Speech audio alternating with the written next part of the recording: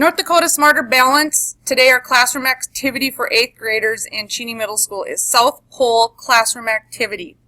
We're going to be learning things about the South Pole, and what we learn in this class activity today is what you need to have knowledge on for tomorrow's performance test on the computer.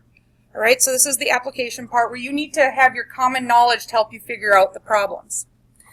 Before we get started, I want to show you a couple video clips on Antarctica and the South Pole. Let's go. Alright.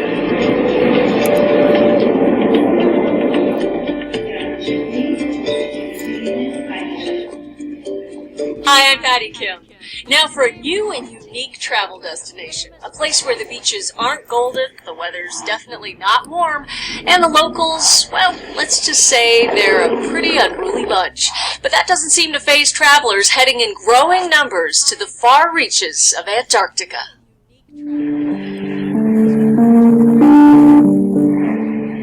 It is a land of colossal size and extremes.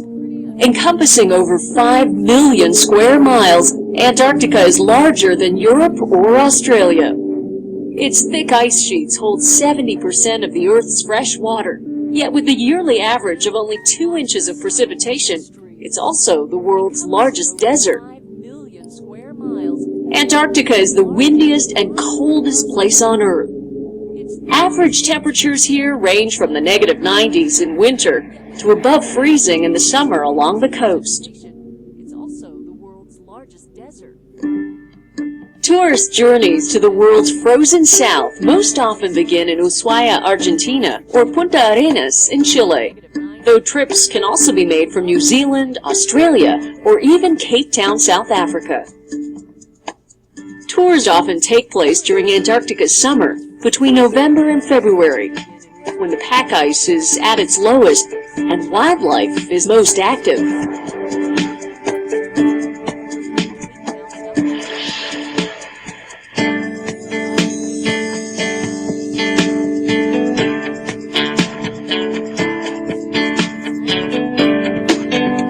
Even before making landfall, you can witness sights found almost nowhere else on Earth. Gigantic icebergs carved by the wind and the sea into floating caverns, soaring towers, and stately arches. For a closer look at the bergs, tourists can travel by zodiac raft or sea kayak through a maze of ice and ocean. While out there, don't be surprised if you come face to tail with some of the large denizens of the deep. Humpback whales at their summer feeding grounds, orcas on the prowl, seals big and small, and the most famous resident of the South Pole, the penguin. Several species of penguins live in the Antarctic. Throughout the year, the birds breed and lay their eggs. Colonies sprout along the coastline. In addition to spotting wildlife, you can trek past majestic mountains, visit scientific research stations, and explore historic huts left behind by daring early adventurers, and marvel at a land that is still truly wild.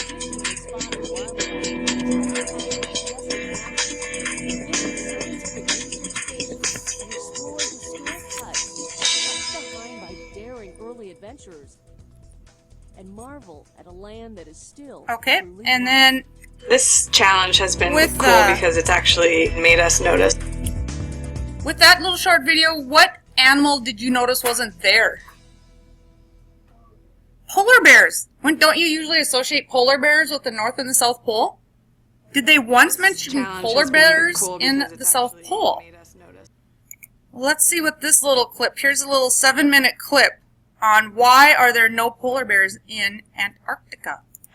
My name is Sally Gillies, and today I'm going to answer a question that many people ask when they're on a voyage down to the Antarctic Peninsula, namely, why are there no polar bears in Antarctica? This is actually a snippet from a much larger presentation I give, where I introduce people to the concepts of geological time and plate tectonics. Now, in case you missed it, there is actually a polar bear in this picture. It's down here in the bottom right corner on a piece of sea ice. If you ask most animal scientists why there are polar bears in the Arctic, they'll tell you it's because they're descendants of the North American brown bear. However, I'm a geologist and I've got a slightly different perspective on why there are polar bears in the Arctic and not the Antarctic, and this is because I've got a lot of time on my hands. In fact, geologists in general have a very distorted sense of time. We tend to think something that happened 2 years or 1,000 years ago is pretty much nothing, insignificant, just a blink of the eye. That's because we tend to think in terms of millions, hundreds of millions, and even thousands of millions of years ago to explain why things happened on our planet. Now, getting back to our polar bears though, I'm going to use the theory of plate tectonics, which is one of the most fundamental theories in geology. And basically it states that the surface of our Earth is broken up into a series of plates. And you can see here there have been plates shown in this diagram separated by the white lines. And these plates move around like the surface of our Earth is a mobile jigsaw puzzle. Now, using plate tectonics to explain why the polar bears are not in Antarctica, I have to go back in time. In fact, I'm going to go back about 237 million years ago. And as you can see, the surface of the Earth looked very different back then. In fact, there was just one landmass called Pangaea, and Pangaea stretched from the North Pole to the South Pole. Furthermore, the climate at this time was uniform and is very tropical and warm, and the dinosaurs ruled. There were no mammals and no birds. So our dinosaurs basically ruled the surface of the Earth, and they were able to roam from the North Pole to the South Pole as it was all one interconnected landmass.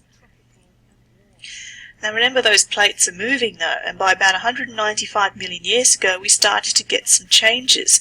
The dinosaurs still ruled, but we started to get our first mammals. They weren't very big, they're only about the size of your thumb, and of course they couldn't expand too much because the dinosaurs filled most of the ecological niches that mammals fill today.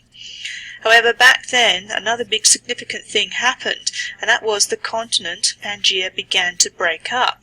In particular, there was a separation began between South America and Africa. You can also see in this diagram that you're starting to get much more landmass in the north there, which eventually becomes Russia. Big changes occurred about 65 million years ago. You got an ecosystem which has already been weakened by continuous volcanic emissions of sulfur from volcanoes in India at the time, and of course we know that a big meteor crashed into just south of the Yucatan Peninsula in Mexico. These combined devastating climate change, and our already weakened dinosaurs from the volcanoes became extinct. So the mammals now were able to come into their own right, but what a different world it was 65 million years ago. If we look at where the continent landmasses are now, we can see there's no longer one landmass. It's now broken up into several landmasses, and we're starting to see the outlines of Europe, Africa, North and South America, and you can see that Antarctica and Australia are still at the bottom of the world united. But as you can see, there's now a lot of ocean between those landmasses. So the mammals have become isolated on land masses, and it's much harder for them to get to another one because they now have to swim across an ocean. So of course now they've got 65 million years to start evolving to their own unique mammal species. About 40 million years ago, the first small carnivorous mammal, the miacid, appeared, and the descendants of the miacid led to all 7 present carnivore families. This includes the dog, the raccoon, the weasel, mongoose, the hyena, the cat, and of course the bear. And as you can see, this miacid actually evolved in around the Europe-Africa area. About 27 million years ago, the first bear evolved from a heavy bear-like dog that developed from the miacids.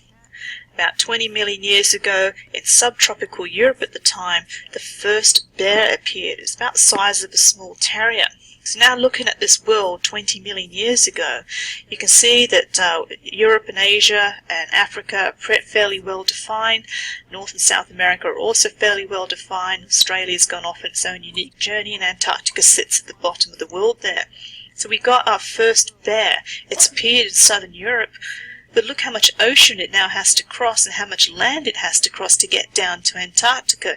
It's obviously a lot closer to the North Pole than it is to the South Pole. By about 2.5 million years ago, the first direct descendants of the modern bears appeared. These included 2 Asian lines and 1 European line. And the North American bears descended from an Asian line, which crossed over the ice bridge between Russia and Alaska. And this brown bear was actually bigger than the Kodiaks that exist today, but died out about 12,000 years ago. So about 100 to 250,000 years ago, our first genuine polar bears evolved from the North American brown bear. And as you can see now, it's obviously confined up there in the Arctic, and the continental land masses look like they do today. So for our polar bear to get down to Antarctica, thanks to plate tectonics, it now has to walk down through the temperate zones of either Europe or North America. Then it has to get down through the deserts of Africa or walk along the tropical areas between North America and South America. And then it has to get through the rest of the continents from South America and Africa, and then swim across the Great Southern Ocean to Antarctica. So thanks to plate tectonics now, you know why there are no polar bears in Antarctica. So thank you for listening to this snippet of my talk there on plate tectonics and geological time. For more information... Alright. So, that goes back many million years ago, doesn't it? No polar bears. So that makes me wonder, why don't they try starting colonies, I wonder? Think they've ever tried to start colonies with polar bears? I don't know the answer to that. So maybe someday, maybe you guys could be part of that research. Objectives. So the main things, the polar bears was just kind of a little extra thrown in there. So many people think there are polar bears in the Antarctic, and there are not, only in the North Pole. But what you need to come out of here with for today, in order to do well tomorrow, you need to understand that the location of and the weather conditions at the South Pole. We're going to talk about those. The reasons people go to the South Pole, why would you do that? And dietary considerations when exploring the South Pole.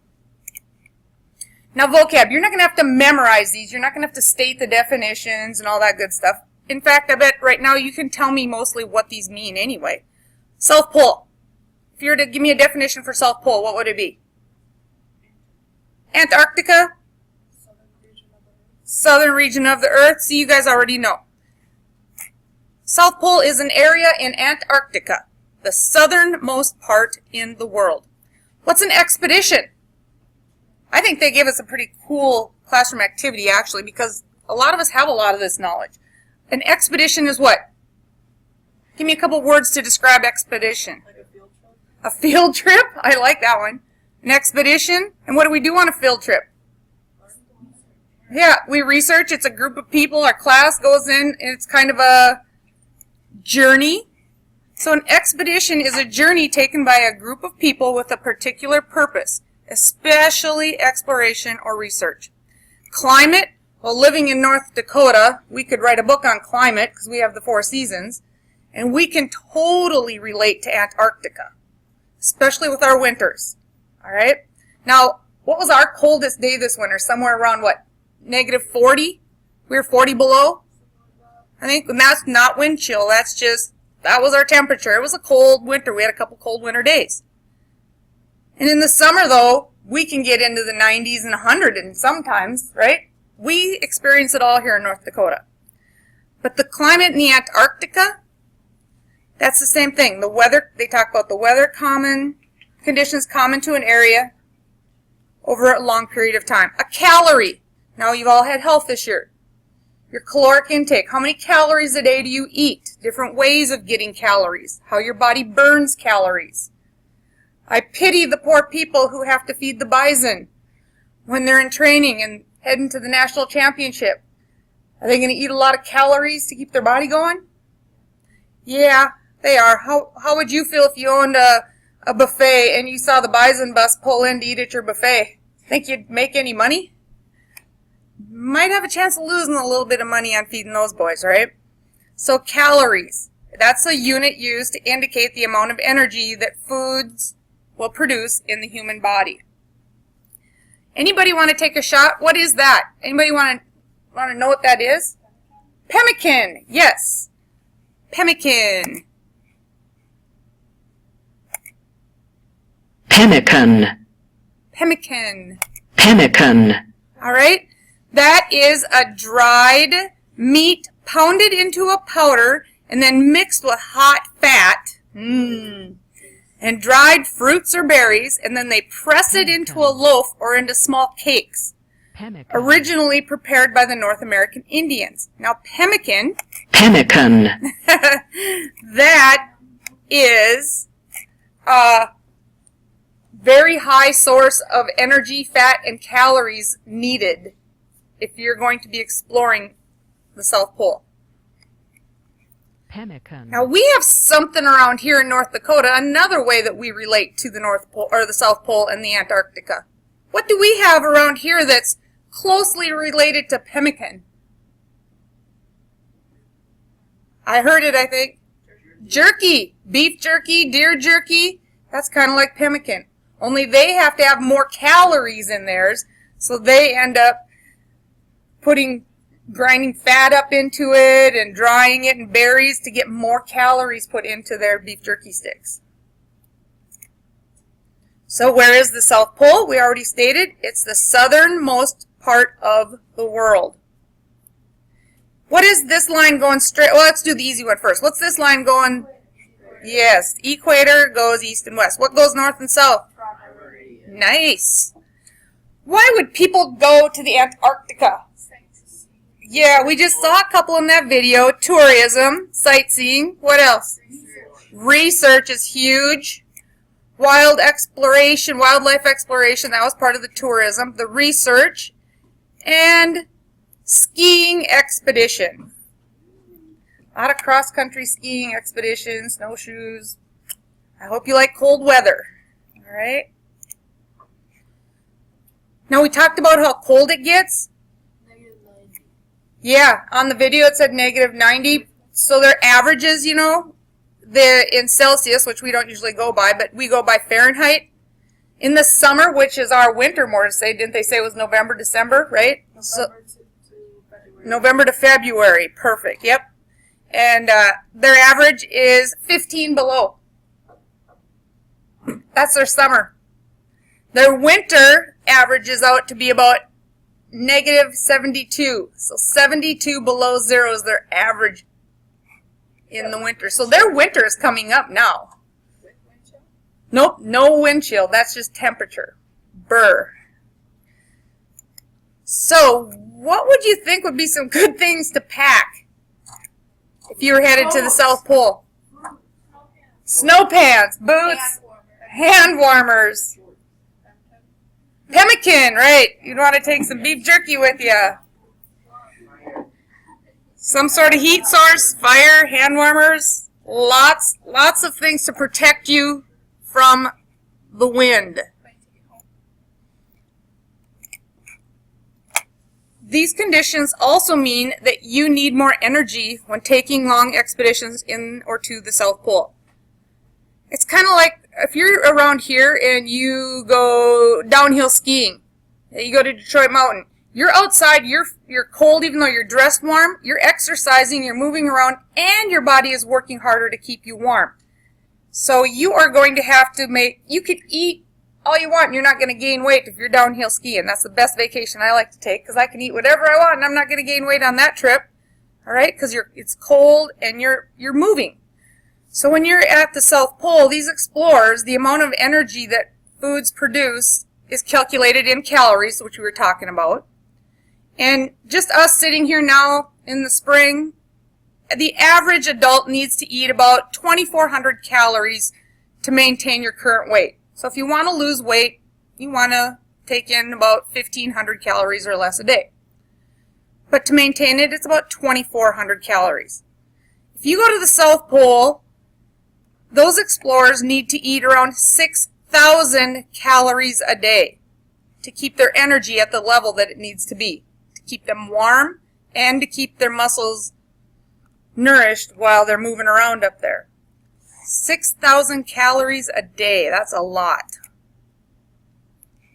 Now because of the cold conditions, food at the South Pole regularly freezes over It can take from several hours to days for food to thaw completely. The weather can also make it very difficult to prepare the food.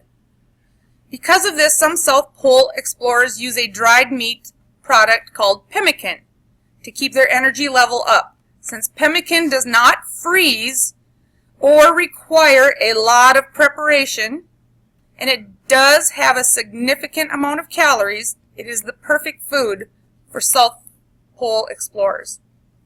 All right, so it's a great snack. And I know some people, I've had beef or deer jerky and stuff made into this pressed. It's more of a pressed jerky instead of the dried jerky. And that has more of the fat in it and it's softer to chew. That would be a better one to take because it has more fat, more calories in it. All right, maybe next year you guys make your own, anybody here make their own deer sausage or deer jerky? Yeah, I see hands. Maybe next year you want to grind up some berries and stuff to put in it too. You can be just like the explorers.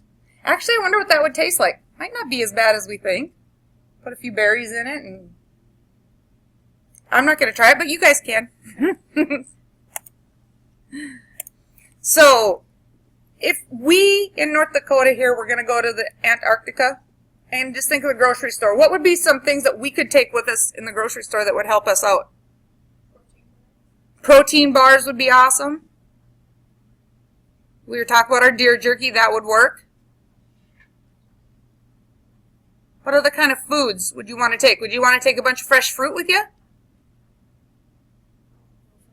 No, it'll all freeze. Suppose you could eat frozen bananas. That might work. You can get those at Dairy Queen. What else? Protein shakes. So you could just mix it. If they don't freeze, if you mix them up with some water, if you had some water that's not froze, be easy for preparation. What else? Canned foods, would that work? So that's probably going to freeze up too, isn't it? How about boxes, things in boxes? What are some things you could take that would be easy to eat for calories in boxes? Ramen noodles, but then you have to boil them. That's a good thought. You could just eat them bare. Oh, true, you can. They put those in salads, don't they? That's a great point. Almonds, peanuts, nuts, cashews, all that kind of stuff. Raisins, dried fruits. Anything else? Crackers. You could take boxes of crackers. But that would like kind of dry out your tongue too, so you'd need to hydrate more. Yep, making sure you have lots of hydration.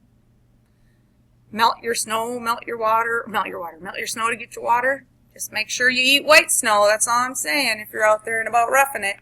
I got some faces out of that one. Good, just seeing who's listening. Anything else? How about ice cream? You'd want that to be froze, right? Popsicles, sure. Frozen fruit yogurts, all different kinds of things. But lots and lots of clothing to stay warm. For your feet and your hands, your face masks, as we all know too well what it's like in North Dakota. When that wind blows, you don't have to be out there very long before you're frostbitten. But the majority of the people, though, we talked about, they go up there for what? What are some of the main reasons again? Just a quick review. Tourism, wildlife exploration. Tourism, wildlife, skiing, research. All those are reasons people go to the Antarctica.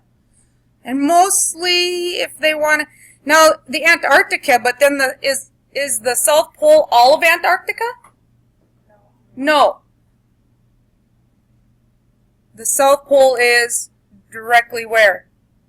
In the middle of it. So people take expeditions to travel to the South Pole just to say, here I am, take my picture, I made it. All right? A lot of people have tried to get to the South Pole and they don't make it. All right? Nowadays, with their knowledge, they tend to know what they're doing and they get there. So those are all things that you need to know for tomorrow's performance test for the Smarter Balance. All right? Thank you. So to end our little South Pole expedition, I'll show you a little funny penguins. This is how penguins walk downstairs.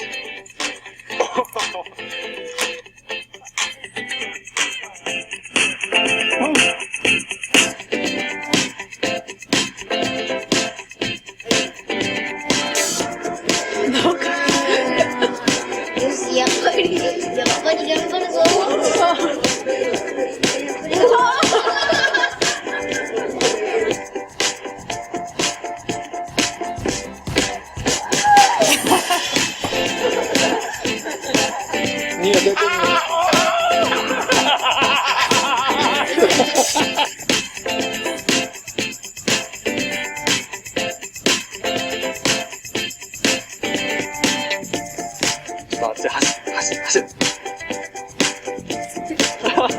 っちに向かって早い早い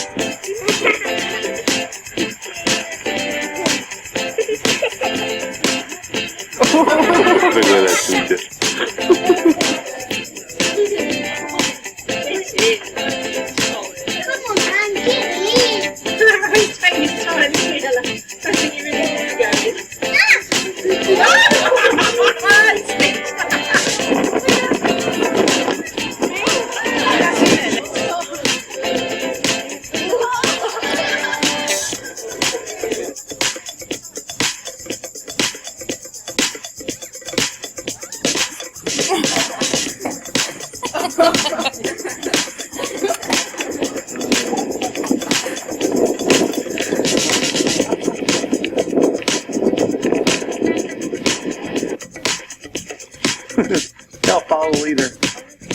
Okay, fine. Joe jumped in, I'm jumping in. Oh! He didn't make it.